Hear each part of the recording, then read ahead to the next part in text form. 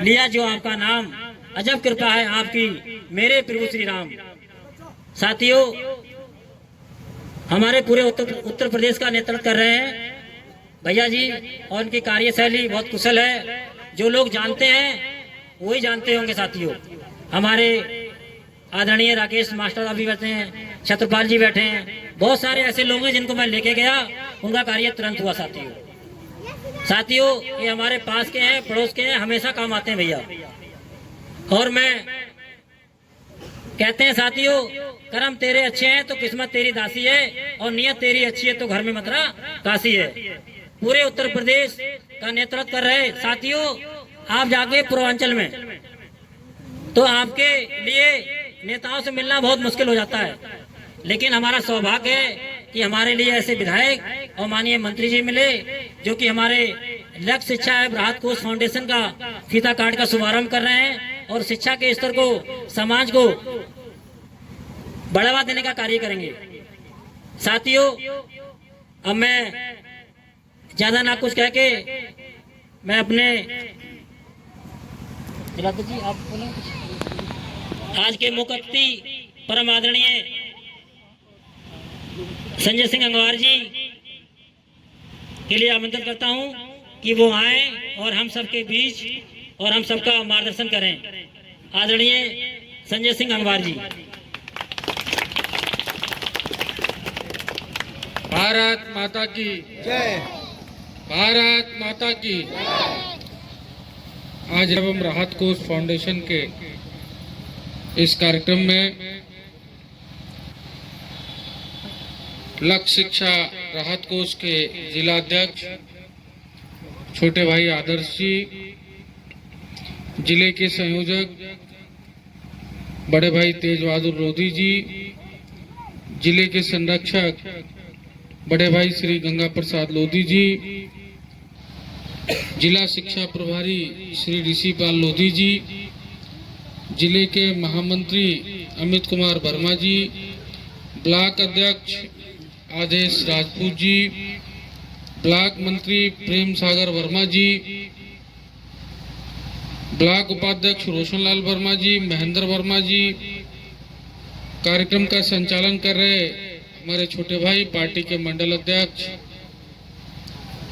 भाई जय जय राम राजपूत जी, हमारे साथ आए केसी वर्मा जी, नगरिया के सम्मानित प्रधान जी, अड्राइन के सम्मानित प्रधान जी, करगनी के पूर्व प्रधान जी, सीताराम जी, मुरारी लाल जी, माँ साहब, देवीराम माँ साहब, छत्रपाल जी, मतलब मैं यहाँ इसलिए नाम ले रहा हूँ कि मैं बहुत लोगों को नाम से जानता हूँ। हमारे नवादा दास के सम्मानित प्रधान जी, सभी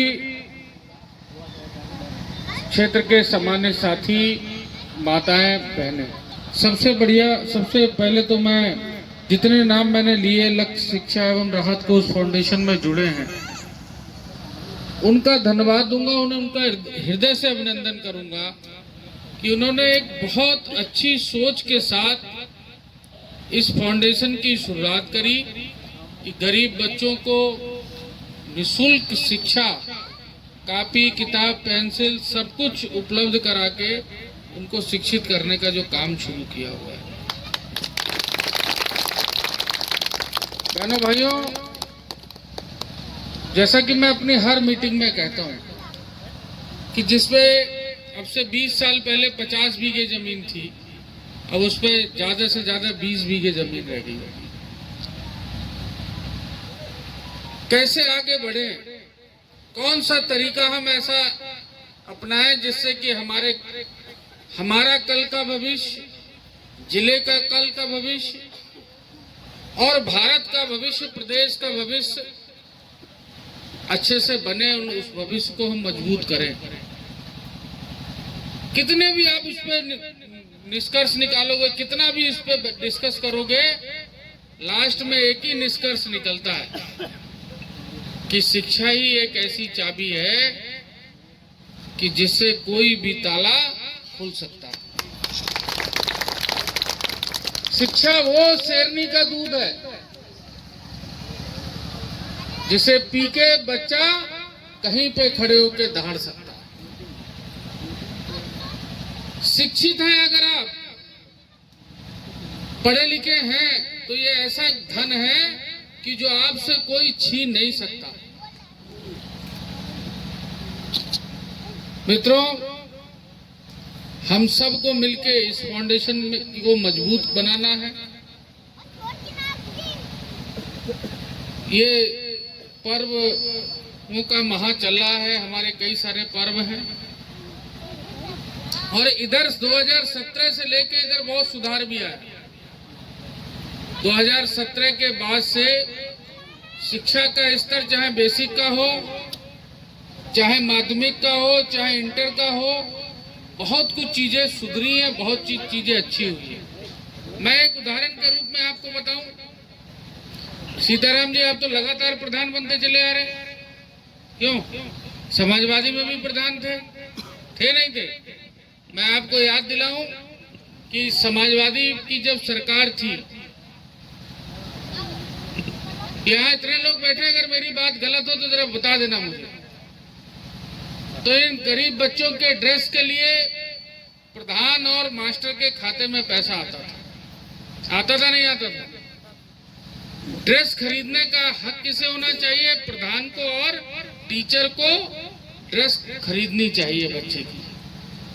समाजवादी पार्टी की सरकार थी, एक तो इनको खाकी रंग की पीआरडी जैसी ड्रेस इनको दे दी। इनके दिमाग में शुरू में ये भर दिया कि आप गरीब के बच्चे हो, आप पिछड़ों के बच्चे हो, आप अनुसूचित जाति के बच्चे हो, आप जीवन में कुछ नहीं कर सकते। पैदाइश से इनके दिमाग में ये चीज समाजवादी पार्टी ने भर दी, और ऊपर से उनके गुंडे आकर के प्रधान जी को धमकाते होंगे। उस समय प्रधान जी समाजवादी में थे, प्रधान जी को भी धमकाते होंगे, टीचर को धमकाते होंगे, निश्चित रूप से कि ये चेक हमको दो, हम ड्रेस डालेंगे। क्या ड्रेस फ्री में डालेंगे? बच्चों के भविष्य के पैसे पे भी डकैती डालने का काम 2017 से पहले होता था नहीं होता था? बताओ, होता था नहीं होता था? हमको बांटने का काम कर दिया जाता है। अभी चुनाव फिर आएंगे, फिर हमको लोग बांटेंगे। हम क्यों पिछड़े हैं, इस पे विचार करिएगा। मास्टर साहब के पास जाएंगे, कहेंगे तुम मौर्य हो। देवीराम मास्टर साहब के पास जाएंगे, तुम राजपूत हो। इनके पास आ जाएंगे, तुम राजपूत हो। हमारे पास आ जाएंगे, कहेंगे हम कुर्मी हैं। इनके पास चले जाएंगे, तुम एससी हो। क्या अगर यहाँ पे हम लोगों के नाम के आगे सरनेम पीछे ना लगा हो, और सरनेम भी लगाओ अगर हम खुद ना बताएं, बर्मा कुर्मी भी लिखते हैं, बर्मा लोधी किसान भी लिखते हैं, बर्मा सुनार भी लिखते हैं, बर्मा सक्सेना भी लिखते हैं, सभी लोग, बहुत से लोग बर्मा लिखते हैं, तो क्या कोई हमें फर्क कर सकता है? नहीं कर सकता ना। एक पहचान हमारी है कि हम ओबीसी हैं। हम इस बात को भूलते जा रहे हैं। हम ये भूल रहे हैं कि हम ओबीसी हैं। हम किसी को नहीं बोलते कि हम ओबीसी हैं। हम बोलते क्या है? अरे साहब हम तो गंगवार साहब हैं। इस बात को से निकल करके आगे बढ़ना पड़ेगा। हमको मदद करनी होगी। जैसे ये लक्ष्य शिक्षा राहत फाउंडेशन बना हुआ है, ये जाति बिरादरी देख के नहीं बना। यहाँ किसी मौर्य के बच्चे पढ़ने आ जाएंगे तो उनको ऐसा नहीं है कि शिक्षा नहीं दी जाएगी। ऐसा ही है ना भाई साहब? सबको शिक्षा दी जाएगी। सबसे पहले ओबीसी, उसके बाद सबसे पहले हिंदू, उसके बाद ओबीसी आ जाओ कि साहब ओबीसी है। सबसे ज्यादा पॉपुलेशन आपकी है, नहीं है? बताओ। और इसी को अलग अलग बांट दो। हाथ में अगर इसको ऐसे इकट्ठा कर लोगे तो ये बन जाएगी मुट्ठी, और इसको ऐसे खोलोगे तो ये बन जाएगा पंजा, और इसको अगर अलग अलग बांट दोगे तो एक बन जाएगी, एक एक उंगली बन जाएगी, नहीं बन जाएगी? हमको किस मिशन पे काम करना है कि एक और एक कितने होते हैं? कितने होते हैं? एक और एक 11 जब बनते हैं तब संगठन तैयार होता है। एक और एक 11 के फार्मूले पे काम करना है। लेकिन हमको काम कैसे कर दिया जाता है, हमको कूटनीति आ जाती है कि एक से एक को मिलने ही ना दो। कभी बैठ के अगर हम ये सोचे कि 50 मौर्य, 50 कुर्मी, 50 शर्मा, 50 वर्मा, 50 किसान, 50 ये सब बिठाल करके कश्यप एक बार बिठाल के इनकी बात आपस में करी जाए, लेकिन हमको कभी हमसे मिलने नहीं दिया जाता। उसमें घुसड़ दी जाती है राजनीति, घुसड़ी जाती नहीं घुसड़ी जाती, उसके बीच में राजनीति आ जाती तुरंत ही। क्या इससे भला होने वाला? 2017 से पहले लगातार बढ़ते रहे और लगातार कटते रहे। 2017 से पहले 15 साल लगातार बटे और लगातार क्या हुआ? कटे। लड़कियां चली गई, गिनाने लग जाऊंगा लिस्ट तो मुझे बहुत लंबी लिस्ट याद है। हम तब भी साहब समाजवादी में चले गए।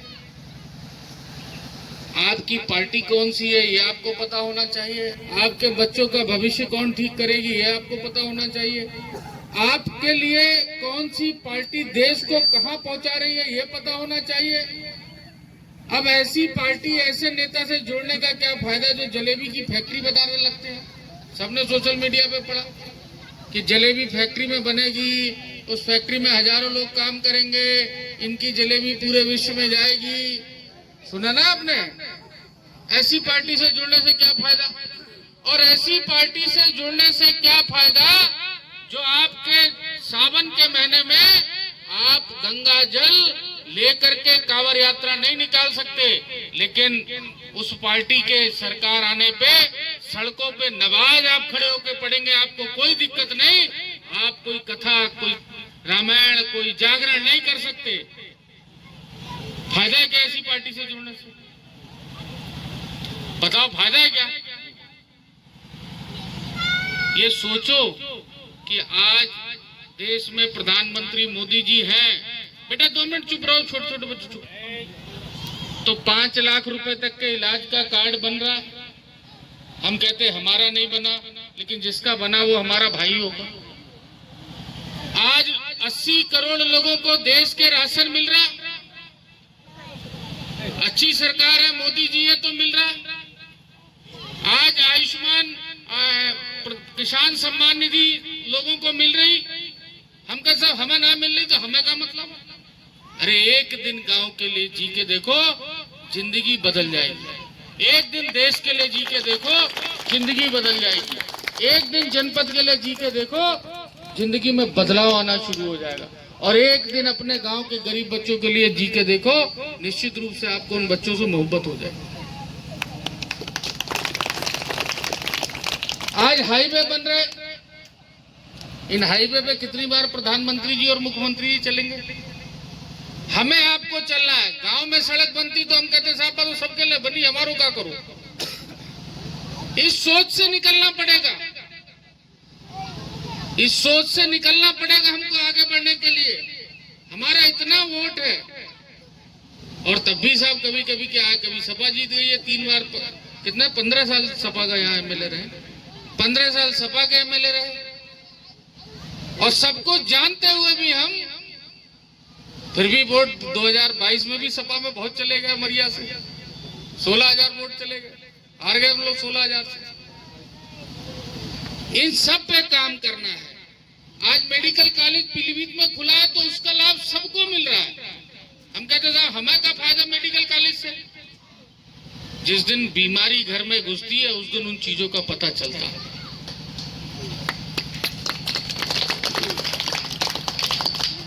ईस्ट का प्लांट लग रहा 25 में शुरू होगा। हम कहते साहब हमें तो बाबा नौकरी नहीं मिली, हमें क्या फायदा? नौकरी करने योग्य बच्चों को आप बनाओ। नौकरी देने का काम भारतीय जनता पार्टी का है, मोदी और योगी जी का। आज 5 लाख रुपए तक का बिजनेस करने के लिए बिना ब्याज के पैसा योगी सरकार दे रही है।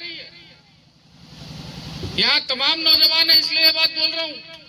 पर ईयर 1 लाख लोगों से ज्यादा को 5 लाख रुपए बैंक से मिलेगा बिना ब्याज का। लेकिन इसके लिए ऑनलाइन व्यवस्था है। आप ऑनलाइन करो, 5 लाख रुपए आपको 5 वर्ष में वापस करने हैं। एक टाइम है, उसको पढ़ो स्कीम को। 1000 लोगों को उस दिन जितिन जी और हम लोग आए थे तब हम लोगों ने नियुक्ति पत्र बांटे। एक प्लांट कल मैं गया था देखने, बहादुरगंज में लग रहा है शुगर मिल का। लोग कहते हैं वो मंत्री जी की फैक्ट्री है। मैं बता रहा हूं, मैं तो खुद बता रहा हूं। हालांकि मुझे इसमें सफाई देने की आवश्यकता नहीं है, लेकिन जैसे यहां मैं बोल रहा हूं वैसे वहां बोल रहा कि वो चीनी मिल मैं खुलवा रहा हूं। इससे ये नहीं होगा कि उसका मालिक मैं हो गया। जब मंत्री मैं हूं तो मैं ही खोलूंगा, कोई दूसरा तो खोलेगा नहीं। चीनी मिल जिन लोगों की है, कल उनकी मैं मीटिंग लेने गया कि आप लोग इसको चला रहे हैं, वो तारीख मुझे बताइए किस तारीख तक चला रहे हैं, क्योंकि उसमें 70% लोग हमारे विधानसभा के लगेंगे नौकरी पे, जो योग्यता के अनुसार लगेंगे।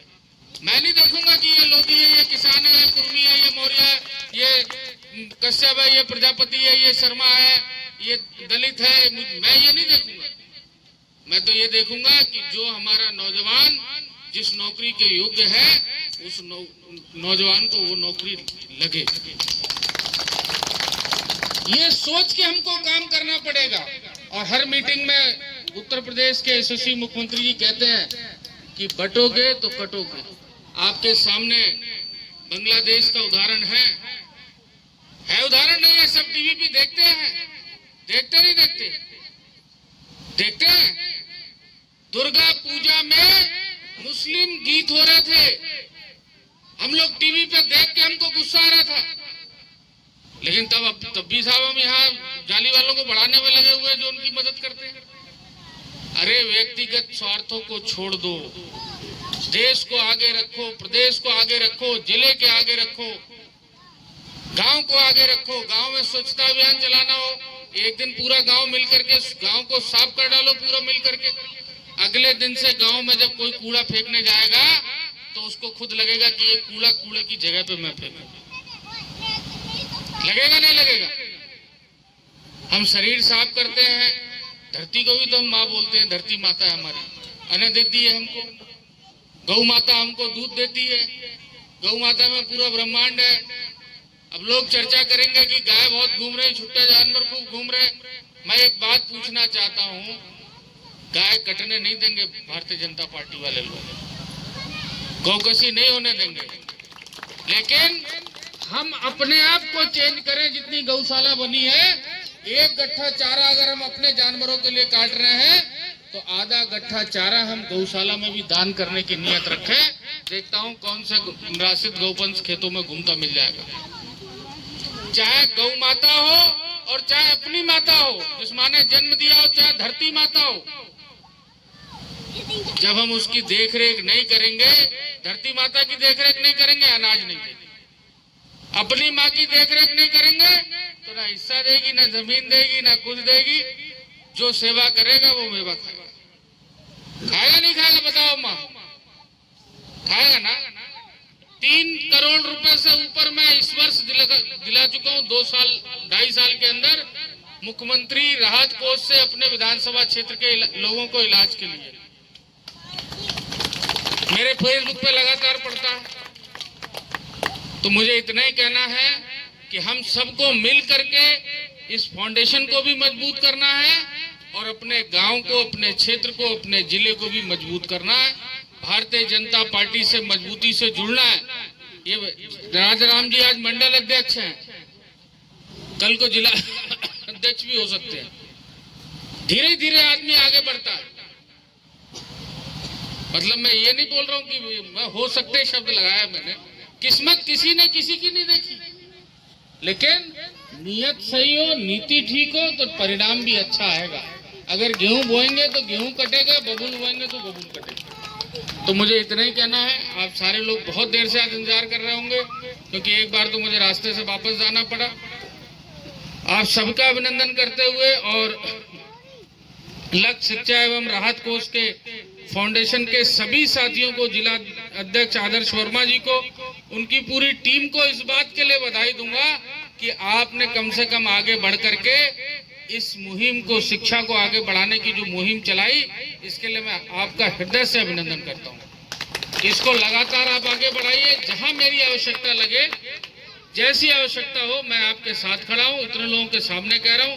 और अब तो मेरे बारे में लोग ये भी समझ गए, जो मैं कहता हूँ वो मैं निश्चित करता हूँ। मैंने अगर किसी को राजनीति में बढ़ाने की बात करी होगी तो निश्चित रूप से बढ़ाया होगा, चाहे पूरनपुर का देख लो, चाहे बीसलपुर देख लो, चाहे बरखेड़ा देख लो, चाहे पीलीभीत देख लो, कहीं पे देख लो, जिसको जो कहा होगा निश्चित रूप से मैंने वो किया होगा।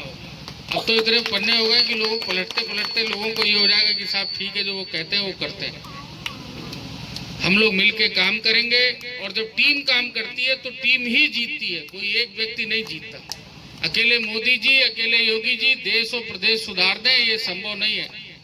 सबको मिलके उनके साथ खड़ा होना पड़ेगा, तो निश्चित रूप से हम लोग सब कुछ बदलने में सक्षम है। बदल सकते नहीं बदल सकते। तो मुझे इतना ही कहना है, आप सब लोगों का हृदय से अभिनंदन करते हुए, हालांकि कल दशहरा हो गया, कल सैटरडे के चक्कर में रावण वध नहीं हुआ, आज कई जगह रावण वध है। दशहरे की सबको ढेर सारी बधाई। आने वाला त्योहार करवा चौथ का है, उसकी भी एडवांस में बधाई। और रावण के विषय में भी एक बात बोल दूं, रावण के 10 सर थोड़ी थे। क्यों कहते हैं 10 सर वाले रावण? 10 मस्तिष्क के बराबर उसको ज्ञान था। 10 हाथ नहीं थे, 10 हाथों के बराबर, हाथियों के बराबर बलशाली थे वो।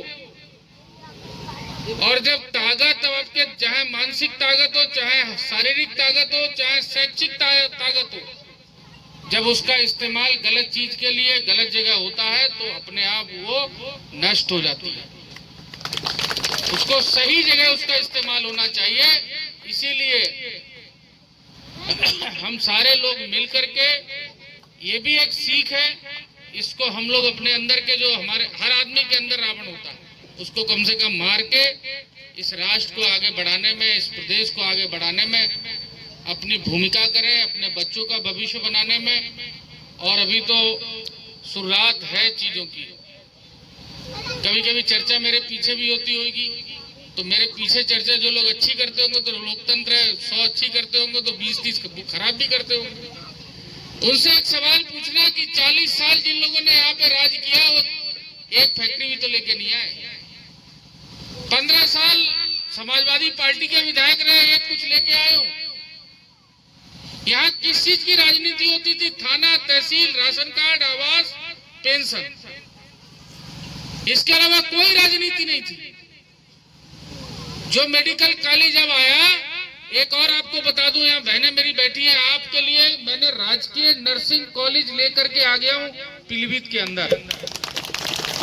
हमारी बेटियां 1 लाख रुपए फीस प्राइवेट नर्सिंग कॉलेज में नहीं दे पाती।